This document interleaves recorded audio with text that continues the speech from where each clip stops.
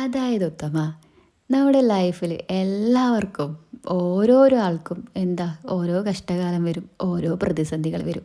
പക്ഷെ നമ്മൾ എന്ത് ചെയ്യണം? അതിനെ തടഞ്ഞു നിർത്തണം. അതിൽ തളരാൻ വേണ്ടി പാടില്ല. കാരണം ഇന്ന് നമ്മൾ തളർന്നിട്ടുണ്ടെങ്കിൽ നാളെ വരുന്ന ഓരോ കാര്യങ്ങൾക്കും നമ്മൾ എന്ത് ചെയ്യും? തളർന്നുകൊണ്ടേയിരിക്കും. മറിച്ച് അതിനെ നേരിടുകയാണെങ്കിൽ പിന്നീട് ഇനി എന്ത് പ്രശ്നം വന്നാലും നമുക്കതിന് വലിയ മൈൻഡൊന്നും ഉണ്ടാവില്ല. അതിനെക്കാട്ടിയും വലുത് നമ്മൾ അനുഭവിച്ച് തളർന്ന് നിവർന്ന് നിന്ന് ഇനി എന്ത് വരാൻ അല്ലേ? അങ്ങനത്തെ ആ ഒരു പോസിറ്റിവിറ്റിയിൽ നിൽക്കുന്നതാണെങ്കിൽ നമുക്ക് എന്തും നേരിടാന്നേ, അതേന്നേ. പിന്നെന്താ, ലൈഫിൽ എത്ര കഷ്ടകാലം വന്നാലും ഒരു ഹോപ്പിന് വേണ്ടിയിട്ടെങ്കിലും ഒരു വാതിൽ നമുക്ക് തുറന്നു കിട്ടും. അതേപോലെ ഒരു വാതിൽ നമുക്കും തുറന്നു കിട്ടി. ഇനി അതിനെ വെച്ച് വെച്ച് ചവിട്ടുപടികളായിട്ട് കയറി അങ്ങ് എത്തണമെന്ന് മാത്രമേ ഉള്ളൂ. അതുപോലെ തന്നെ പുതിയതായിട്ട് എന്തെങ്കിലും ഒന്ന് സ്റ്റാർട്ട് ചെയ്യണം എന്നുള്ള ചിന്തയും കൂടി വന്നിട്ടുണ്ട്.